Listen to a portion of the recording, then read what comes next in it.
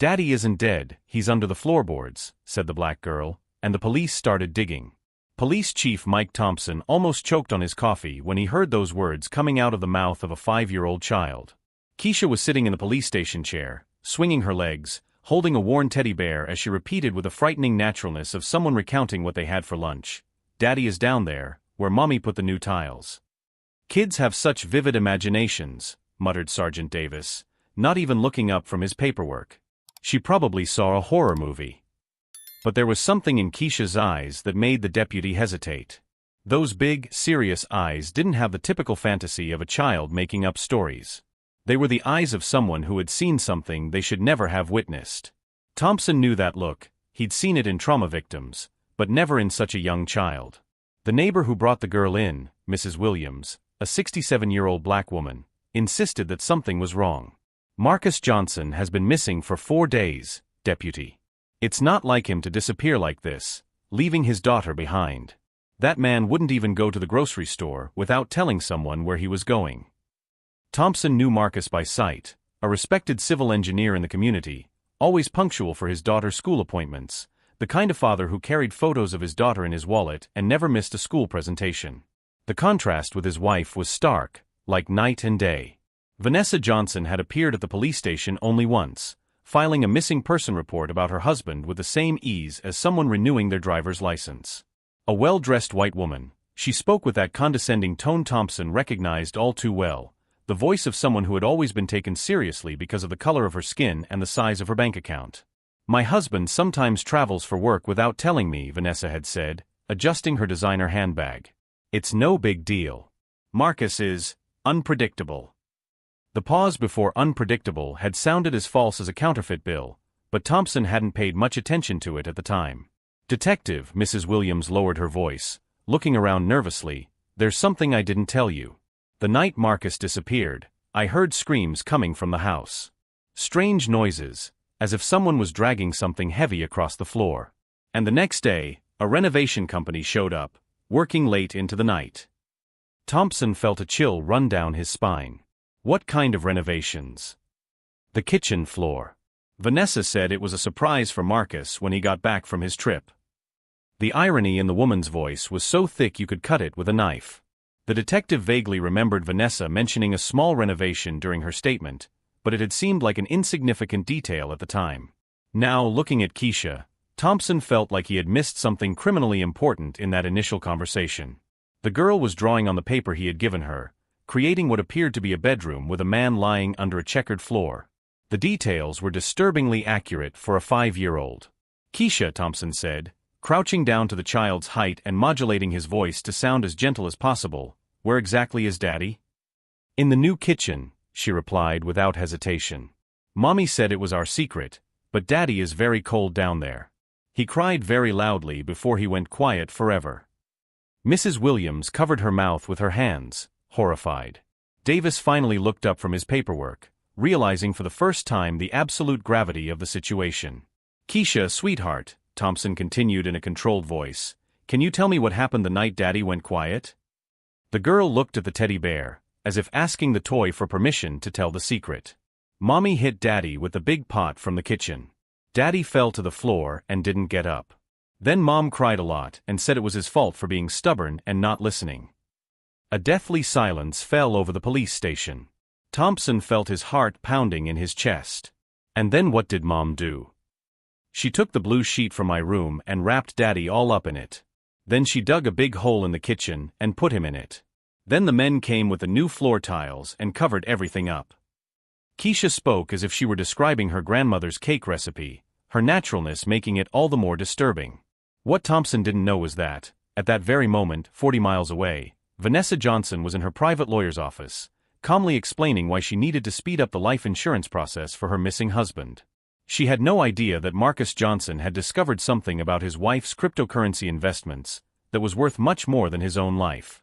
Much less did he imagine that Keisha, despite her 5 years of age, was keeping secrets that would turn this routine disappearance case into the biggest criminal twist the city had ever seen. As he looked closely at the girl's drawing, Thompson noticed a detail that made his blood run cold. She had drawn not only a man under the floor, but also small rectangular bags next to him, as if she knew exactly what else was buried in that hastily renovated kitchen. If this story of mystery and injustice has already intrigued you, don't forget to subscribe to the channel, because what you're about to discover about what really happened in that house goes far beyond anything anyone could have imagined. What else had Keisha witnessed on that terrible night, and why did a 5-year-old girl know details about a crime that even the police hadn't investigated yet? The answer was buried along with much more than just a body, and each new revelation would make this case even more shocking. Thompson knew he had something much bigger than a simple missing person case on his hands. 2 hours after Keisha's revelation, he was on the phone with Judge Morrison, trying to get a search warrant for the Johnson residence. "Mike, are you asking me to authorize digging up a family's backyard based on the testimony of a 5-year-old? The judge's voice sounded skeptical over the phone. "That won't hold up for 5 minutes in court. Sir, we have a child who has described specific details about a crime, a suspicious renovation carried out immediately after the disappearance, and a wife who is displaying an unusual coldness for the situation." Thompson felt frustration rising in his chest. "And do you have any physical evidence? Adult witnesses? Anything besides the word of a traumatized little girl?" Thompson hung up the phone harder than he intended. 20 years on the force, and he was still facing the same problem. When it came to wealthy white families, bureaucracy became an insurmountable wall. Davis approached the desk with a grim expression. "Chief, I just got an interesting call. Vanessa Johnson was at her lawyer's office this morning. It looks like she wants to speed up her husband's life insurance claim." "How convenient." Thompson massaged his temples, feeling a familiar headache coming on. "How long has Marcus been missing?" 4 days. And she's already chasing money. At that moment, the station phone rang. Davis answered and, after a few seconds, covered the receiver with his hand. "It's her. Vanessa Johnson. She wants to talk to you." Thompson took a deep breath before answering. "Deputy Thompson." "Sheriff, this is Vanessa Johnson. I heard my daughter was there today." Her voice was controlled, but there was an underlying tension she couldn't completely hide. "Your daughter is fine, Mrs. Johnson. She was worried about her father." "Keisha has a very active imagination, Sheriff. I hope you didn't take a little girl's fantasies too seriously." The condescending tone was unmistakable. Thompson felt her pulse quicken. "What kind of fantasies, specifically?" "Oh, you know how kids are. Always making up stories about monsters under the bed, people buried in the backyard." Vanessa laughed awkwardly. "It's just her way of coping with her father's temporary absence." "Interesting that you mention people buried, Mrs. Johnson. Your daughter was very specific about the location." There was a long pause on the other end of the line. "Deputy, I hope you're not considering disturbing a grieving family based on the fantasies of a traumatized child. My lawyer would be very disappointed in such an unprofessional approach." The veiled threat was crystal clear. Thompson knew the game. Influential families always had expensive lawyers ready to turn police investigations into bureaucratic nightmares. "Just doing my job, ma'am. Have a nice day." After she hung up, Thompson stared at the phone for a long moment. In her career, she had learned to read people, and Vanessa Johnson had just confirmed her suspicions in the worst possible way. No one spontaneously mentions people buried, unless they have a very specific reason for it being on their mind. Davis approached again. "Chef, there's one more thing. I got Marcus' phone records for the last 30 days. Interesting. He made several calls to a divorce lawyer the week before he disappeared." Thompson felt a piece of the puzzle fall into place. Marcus was planning to get a divorce. And there's more. A quick check of the county records. The house is in his name. Inherited from his father. If he died without a will, it would go to his wife. But if there was a divorce, she would lose everything. Thompson leaned back in his chair, the picture becoming crystal clear. Financial motive, opportunity during the renovation, and now we know she had urgency. At that moment, Mrs. Williams entered the station accompanied by Keisha. The girl ran straight to Thompson, as if he were a longtime friend. "Detective Thompson, Mom is mad at me for talking about Dad," Keisha said, climbing onto the chair next to his desk. "Why is she mad, sweetie?" "She said they're going to take her away now, and I'll be all alone. But I told her you seemed nice, and you won't let that happen." Thompson's heart sank. This innocent child had no idea of the gravity of the situation she had unleashed with her brutal honesty. "Keisha, do you remember anything else about the night your daddy was quiet?" The girl thought for a moment. "Mommy cried a lot after that. And she talked on the phone with a man who called her my love. Daddy never called her that." Mrs. Williams and Thompson exchanged meaningful glances. Another piece of the puzzle fell into place: an extramarital affair. "And do you know who that man on the phone was?" "I don't know his name, but he came to the house once when Dad was at work. Mom said he was Uncle Richard, but Dad doesn't have a brother." Keisha swung her legs in her chair. "And they kissed on the mouth like Mom and Dad used to do before they started fighting all the time." Thompson closed his eyes for a moment. A 5-year-old had provided more useful information in 2 conversations than many detectives could get in weeks of investigation. Keisha's innocence was both a blessing and a curse. She saw everything but didn't understand the devastating implications of what she had witnessed. While Vanessa Johnson was probably at home, coldly calculating how to expedite the life insurance process and plan her new life with her lover, a brave little girl had just handed justice the information it needed to unravel a premeditated murder. What the arrogant widow didn't know was that every veiled threat and every elaborate lie only dug her grave deeper, while the innocent truth of a child became the most powerful weapon Thompson had ever held in his hands. Thompson knew that taking on an influential family would require more than police intuition; it would require surgical strategy. While Vanessa Johnson probably slept peacefully, confident in her expensive lawyers and political connections, the deputy spent the night building a case she would never see coming. "Davis, I need you to do something unofficial for me," Thompson said, lowering his voice in the empty station. "Do you know anyone at the telecom company who can help us with cell phone location records?" Davis smiled mischievously. "My brother-in-law works there. What kind of unofficial information do you need?" "Marcus Johnson's cell phone location on the night of his disappearance. And if possible, data from the tower closest to the Johnson home." Thompson scribbled notes in a notebook he kept away from the official files. "I want to know if his phone was stationary in any specific location." Meanwhile, Mrs. Williams had become an unexpectedly valuable ally. The retired lady had something Thompson desperately needed: time, patience, and the invisible ability that only elderly neighbors have to observe everything without being noticed. "Sheriff," she called mid-morning, whispering into the phone, "Vanessa is packing 2 big suitcases. And that man Keisha mentioned, Uncle Richard, is helping her." Thompson felt his adrenaline spike. "Can you see his license plate?" "I already wrote it down. And there's more. They're taking boxes out of the basement. Boxes that look too heavy for 2 people to carry with such difficulty." "Mrs. Williams, you're a better detective than half my officers." Thompson smiled for the first time in days. "Keep watching, but keep your distance. If they realize they're being watched." "Sheriff, I have 70 years of experience watching people. They won't notice me." The pause in the conversation was interrupted by Davis, who returned with information that would make Vanessa Johnson completely rethink her arrogance. "Thompson, my brother-in-law got the data. Marcus Johnson's cell phone was stationary at his residence from 10 p.m. until 3 a.m. on the day of the disappearance. After that, the signal just died. Exactly the time Keisha said she witnessed the argument and assault." Thompson closed his eyes, feeling the pieces fall into place. "And you were able to identify Uncle Richard?" "Richard Steinberg, 42 years old, financial advisor. And here's where it gets interesting. He has a cryptocurrency company registered under the name of, guess who? Vanessa Johnson." "Exactly. A shell company, registered 3 months before Marcus disappeared. They've been planning an exit for a long time."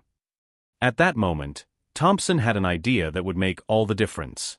He called Dr. Patricia Moore, a renowned child psychologist and one of the few people he trusted completely to handle sensitive cases. "Pat, I need a favor. I have a 5-year-old girl who witnessed something traumatic. She's already spoken to me, but I need someone with your experience to validate her statement so that it's irrefutable in court. Mike, you know that statements from children this young are rarely accepted as evidence. This is different, Pat. This child has details that only an eyewitness could have. And if we can document it properly, with your expertise, we have a real chance of getting justice."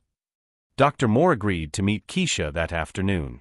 Meanwhile, Thompson prepared his riskiest move, confronting Vanessa Johnson before she could get away, but this time with questions she would never expect. Davis, let's pay Mrs. Johnson a social call. Nothing official, just check in to see how she's handling her husband's disappearance. Thompson's smile had a predatory quality. Sometimes the most arrogant people make the stupidest mistakes when they feel too secure. As they drove to the Johnson home, Thompson knew he was playing a dangerous game. Vanessa had probably already called her lawyers, but there was one thing that all the money in the world couldn't buy: the innocent truth of a child who hadn't yet learned to lie. What Vanessa Johnson didn't know was that every veiled threat, every condescending smile, and every attempt to use privilege to escape justice only fueled the determination of a man who had dedicated his entire life to protecting the vulnerable from the powerful. And when the truth finally came out, no lawyer would be expensive enough to contain the damage. Arriving at the house, Thompson noticed the suitcases in Richard's car and smiled inwardly. Guilty people always make the same mistake: they think they're smarter than everyone around them. But this time, arrogance would be the very instrument of his downfall, and justice would come through the honest words of a brave girl who refused to keep secrets about the father she loved. Thompson knocked on the Johnsons' door with the confidence of someone holding all the winning cards. When Vanessa opened the door, her fake smile disappeared when she saw the determined expression on the deputy's face. "Mrs. Johnson, I'm glad to find you still here. From what I can see, you're getting ready for a trip." Thompson discreetly pointed to the suitcases in Richard's car, who quickly hid behind the curtain.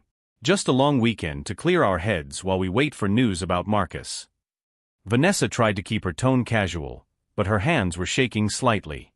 "Interesting. Especially considering that I just discovered something fascinating about your husband's cell phone." Thompson took an envelope from his pocket. "Cell tower data shows that his phone was stationary here at your house from 10 p.m. until exactly 3 a.m. on the day of his disappearance. After that, the signal dropped completely." Vanessa's face paled visibly. He must have forgotten his charger." "Funny, because Keisha told me that was exactly when she witnessed you attacking Marcus with a cast-iron skillet." Thompson watched every micro-expression on Vanessa's face. "And there's more. We found your shell cryptocurrency company registered jointly with Richard Steinberg." At that moment, Richard appeared at the door, clearly nervous. "Vanessa, who is that?" "Richard Steinberg, I presume. The Uncle Richard Keisha mentioned." Thompson smiled coldly. Interesting how a 5-year-old can be more honest than 2 adults with college degrees. "You can't prove anything," Vanessa tried to regain her composure, but her voice already sounded desperate. "It's just speculation based on the fantasies of a traumatized child." Thompson laughed darkly. "Speculation? Mrs. Johnson, while you thought you were being clever, Mrs. Williams has been documenting your every move, including the heavy boxes you took out of the basement earlier today." The blood drained completely from Richard's face. "Vanessa, you said no one was paying attention." "Shut up." Vanessa screamed, completely losing control for the first time. "And there's more," Thompson continued, relishing every second of the revelation. "We've gained access to the bank records of your shell company. Suspicious transfers, money disappearing from Marcus's joint account, and attempts to speed up the life insurance. Did you really believe you could murder a man, bury him in his own home, and still profit from it?" Richard began to sweat visibly. "Vanessa, you told me he had agreed to an amicable divorce. You lied about everything." "You idiot." Vanessa turned on Richard like a cornered animal. "You believed a man like Marcus would split his inheritance with me? He was going to leave me penniless." Thompson watched the pair's collapse with satisfaction. Arrogant people always destroy themselves when the pressure mounts. "You know what impresses me the most?" Thompson continued calmly. "You completely underestimated a 5-year-old child. You thought you could manipulate Keisha into keeping quiet about her own father's murder. What kind of monsters do that?" Vanessa was shaking with rage and despair. "That girl doesn't understand anything. She doesn't know what she saw. She knew enough to lead us straight to her father's body. And she knew enough to describe exactly how you killed Marcus with an iron pot while he had his back turned." Thompson moved closer. "And the most ironic part? If you had treated Keisha with love and care, she might never have spoken. But you terrorized her so much that she trusted strangers over her own mother." Richard began to cry uncontrollably. I didn't know she was going to kill anyone. I just helped with the money. You helped bury the body, Richard. Keisha saw you digging with her mother. Thompson showed no mercy. And now you're both going to get to know the justice system you tried to cheat. Vanessa made one last desperate attempt. You can't trust the word of a child against two respectable adults. Respectable adults? Thompson laughed openly. A murderer and her accomplice who tried to profit from the crime? And what about the child? She gave us information that led directly to physical evidence, telecommunications data, and financial records. Keisha's innocent truth was more reliable than all of your elaborate lies. At that moment, sirens began to wail in the distance. Thompson had called for backup before arriving. The most pathetic thing of all, Thompson concluded as the police cars approached, is that you destroyed a family, traumatized an innocent child, and ruined your own lives out of pure greed. Marcus Johnson was a decent man who deserved much better than a murderous wife and a cowardly death. Vanessa collapsed in tears of despair when she realized there was no way out. Richard tried to run, but Thompson had already blocked all escape routes. The arrogance that had sustained them for days had completely evaporated, replaced by the raw panic of those who finally understood that justice had come at the hands of a brave girl who refused to keep secrets about the father she loved. As the handcuffs clicked around their wrists, one question hung in the air: how would Keisha react when she learned that her courage had brought justice to her father and freedom to herself? 6 months after the trial that shocked the city, Thompson was in his office when he received a call that made him smile for the first time in weeks. It was Mrs. Williams, now Keisha's legal guardian, with news that warmed his heart. Sheriff, you need to know, Keisha is thriving at her new school. The psychologist said she's recovering beautifully, and yesterday she asked me if she could write you a letter. Thompson looked out the window, remembering the brave little girl who had changed everything with her brutal honesty. And how is she handling everything? She understands that her mother did something very wrong, but she doesn't hold any anger. Yesterday she said to me, "Grandma Williams, I helped Daddy not be forgotten, right?" The woman's voice broke. That child has a wisdom that many adults will never have. Meanwhile, at the state women's penitentiary, Vanessa Johnson was discovering that privilege and money don't buy respect among inmates. Sentenced to life in prison without the possibility of parole, she spent her days in isolation, shunned even by other prisoners who despised someone who would kill her own husband and traumatize a child. Richard Steinberg was no luckier. Sentenced to 25 years as an accomplice, he lost not only his freedom but also the entire fortune he had helped Vanessa steal from Marcus. The cryptocurrency investments that had seemed so smart evaporated when authorities froze all the shell companies' accounts. The irony was delicious. Two sophisticated adults who thought they were too smart to be caught by a 5-year-old ended up destroyed by the very innocence they tried to exploit. Dr. Patricia Moore, the psychologist who had documented Keisha's trauma, became a fierce advocate for the rights of child victims of domestic crime. The Keisha Johnson case changed how we treat child testimony, she explained in lectures across the country. A child who hasn't learned to lie can be the most reliable witness there is. Thompson often received calls from other detectives consulting on similar cases. The Keisha Protocol, as it became known, established guidelines for investigating crimes based on children's accounts, saving dozens of families from similar situations.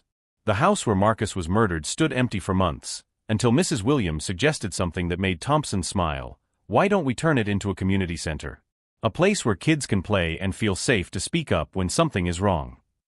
The proposal was unanimously approved by the City Council. The Marcus Johnson Center has become a symbol of how a child's truth can transform tragedy into hope. On the first anniversary of Marcus's death, Thompson visited the grave with Keisha and Mrs. Williams. The girl, now 6, placed yellow flowers, her father's favorite, on the grave and whispered, "Daddy, everyone knows you were a good man. No one will forget." Thompson knelt beside Keisha. "You know you're a hero, right? Because of your courage, your father got justice, and you're safe." Keisha smiled with that ancient wisdom that some children develop after weathering storms. "I just told the truth, Uncle Thompson. Grandma Williams taught me that lying hurts more than the truth." Months later, Thompson learned that Vanessa had tried to appeal the sentence, arguing that a child's testimony should not have been considered. The request was denied in less than 24 hours. The judge was clear: credibility has no age. This child has shown more integrity and courage than many adults who have come before this court. The last news about Richard came through the newspapers. He had lost his mind in prison, repeating obsessively the girl knew everything until he was transferred to the psychiatric ward. Thompson kept in his drawer a photo that Mrs. Williams had taken of Keisha at the community center playground, smiling on the swing that had been donated in memory of her father. Whenever a difficult case came across his desk, he would look at that photo and remember, sometimes justice comes through the most unlikely voices. The arrogance of Vanessa Johnson, who believed she could manipulate a child and cheat the system, had become her own social and legal death sentence. And Keisha, the little girl who just wanted her daddy not to be forgotten, proved that the truth whispered by an innocent heart is more powerful than all the lies concocted by corrupt hearts.